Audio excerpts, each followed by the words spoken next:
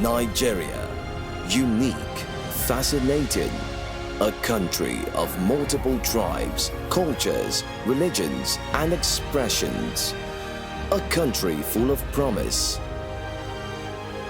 On January 1st, 2014, Nigeria will mark 100 years since the amalgamation of the North and the South to form one country.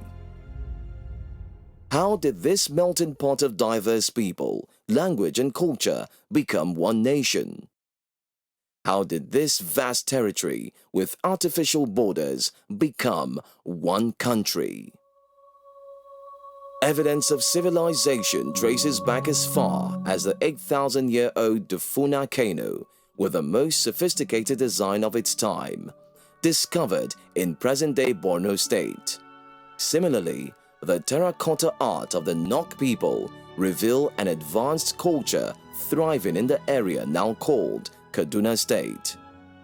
Before the Europeans ever set foot on West African soil, the territory that makes up present-day Nigeria was dominated by independent empire and city-states. From the Great Khan Borno Empire, which expanded through long-distance trade and military technology, to the Igbo-Kwu civilization, the first bronze casters in Africa, who sourced materials from as far away as Egypt.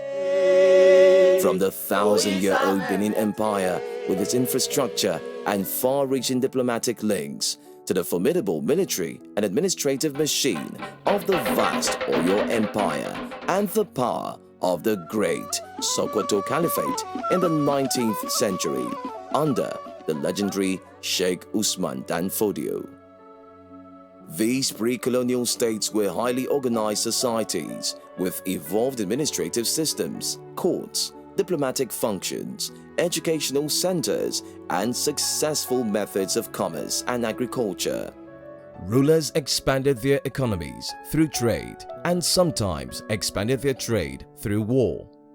Amina, the warrior queen, through her military conquest, made Zazzau, now Zaria, the center of the North-South Saharan and East-West Sudan trade in the 16th century. Amina was also the originator of the earthen walls that fortified Zaria and other cities that she conquered, such as Kano. Trade networks stretch as far as Europe and the Middle East, and by the time the Portuguese landed on the coast of Benin in the late 15th century, West Africans had been trading with foreign nations for 400 years. The Portuguese explorers were soon followed by the British, French, and Dutch. First, they came for our pepper, palm oil, groundnuts, cocoa, cloth, beads, and ivory. Then, they came for our people. 25 million men, women, and children seized and shipped to work as slaves in the cotton fields of the Americas, the deserts of Arabia, the farms and factories of Europe, and the plantations of the West Indies. Free Africans also became part of European society, most famously, Olaudah Equiano, the first African to write a novel, his celebrated autobiography published in 1789. Taken as a slave from Igbo land, Equiano eventually bought his freedom, worked all over the world, and married an English lady. There was also ex-sailor Captain James Labulo Davis, a London-based Yoruba millionaire who arrived with 16 gold carriages for his wedding in 1861 to Sarah Forbes Bonita, the adopted African goddaughter of Queen Victoria. After the legal abolition of the slave trade in 1807, the British used a combination of religion, commerce, and politics to secure trading advantages for British companies. When the indigenous rulers proved uncooperative, British diplomacy often gave way to British gunboats. This was seen when a British naval force entered Lagos Bay in December 1861, deposed the king and installed a more pliable ruler, and eventually annexed Lagos as the first crown colony in Nigeria, now governed directly from Britain. However, the path to British rule did not always run smooth. Nigerians from north to south, east to west, fought valiantly to preserve their freedom. We salute heroes like the former slave from Amigbo, the most prosperous city-state in the Delta region. His name was Jaja, King of Opobo. He received a Sword of Honor in 1875 from Queen Victoria after Opobo soldiers helped the British in the Gold Coast. But when British exclusionist policies began to threaten the livelihood of local traders, Jaja's vigorous opposition became a deep thorn in the flesh of imperial ambitions.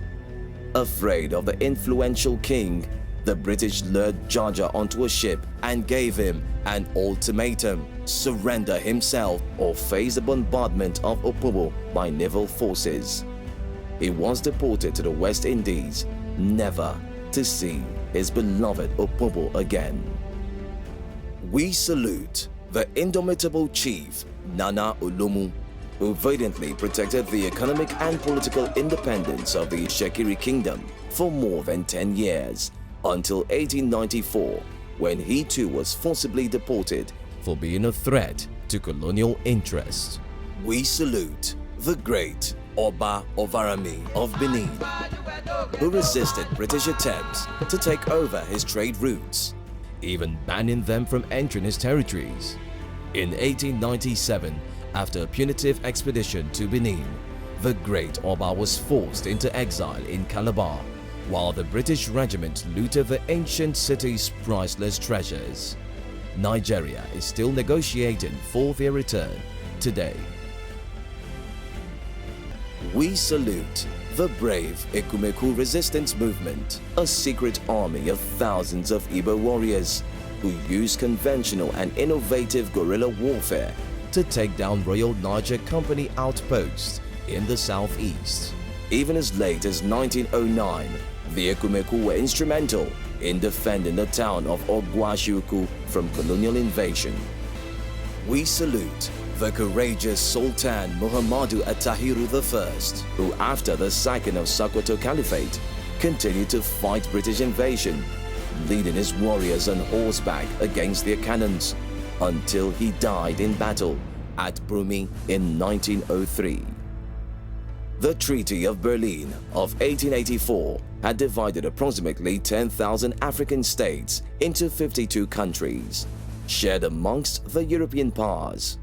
Britain expanded its interest through the powerful trade conglomerate, the Royal Niger Company, formerly United Africa Company UAC, headed by Sir George Topman Goldie, a man so instrumental that at a time the British considered naming the country Goldesia in his honor. The British were desperate to control trade routes because in the 19th century, the volume and economic value of agricultural export by independent Nigerian states was much greater than that of Britain. Using military might and reneging on trade agreements at every turn, the Royal Niger Company seized control of the Delta region, took over key western states like Ijebu and Abeokuta, and spread north, where technocrat and army officer Frederick Lugard transformed the RNC's commercial influence into British political control. Continuing the British policy of indirect rule, Lugard disposed uncooperative rulers and installed new emirs and leaders in their place. Some went on to do great things. Sarki Katsina Muhammad Diko, installed by the British in 1901, set up new administrative structures, promoted commerce and education, founding Katsina, later Barewa College, and the first school for girls, and was also the first northern emir to go on the Hajj and to fly in a plane. In 1900, Calabar became the capital of the new protectorate of southern Nigeria, while Zungeru became capital of the new protectorate of northern Nigeria. In 1906, the Lagos colony and the protectorate of southern Nigeria were merged, with Lagos as the capital.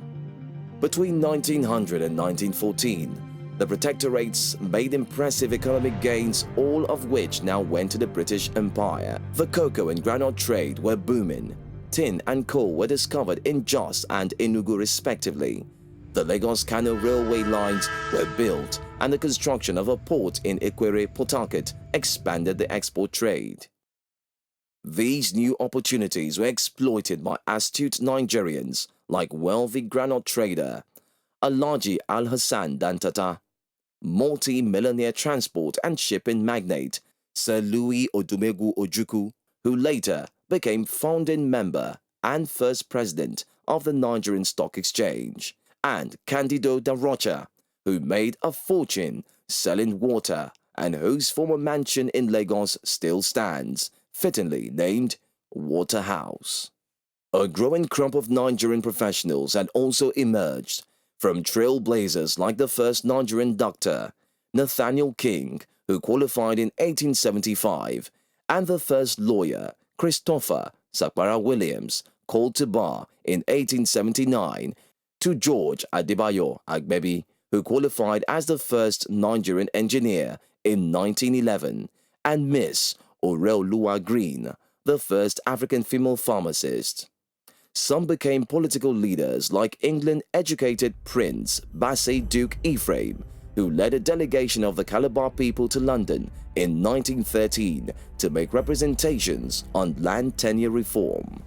This professional class became the forefront, a new nationalist movement led by Herbert Macaulay, grandson of the first African bishop, Samuel Ajayi Crowther, who raised political awareness through his newspaper, the Lagos Daily News. On January 1, 1914, Britain amalgamated the two protectorates, spanning 330,000 square miles, into one Nigeria. The creation of Nigeria was no random accident or political whim. As now Governor-General, Lugard stated in his amalgamation speech, His Majesty's government, after long and mature consideration, arrived at the conclusion that it would be to the great advantage of the countries known as Southern and Northern Nigeria that they should be amalgamated into one government, conforming to one policy and mutually cooperating for the moral and material advancement of Nigeria as a whole. Amalgamation changed the way we as Nigerians saw ourselves.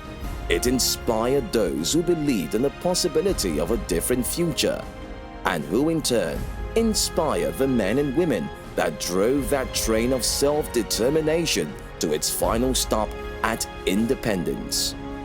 And along this journey, we became truly Nigerian, not just in name, but in our hearts. In the course of our rich history, we have seen the heights of greatness and the depths of cruelty. We have seen the birth of new civilizations and the death of ancient empires. Our testimony is this: we were beaten, but never broken, subdued, but never conquered.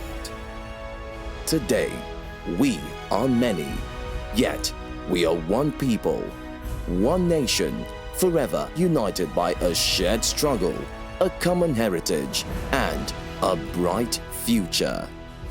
We are Nigerians.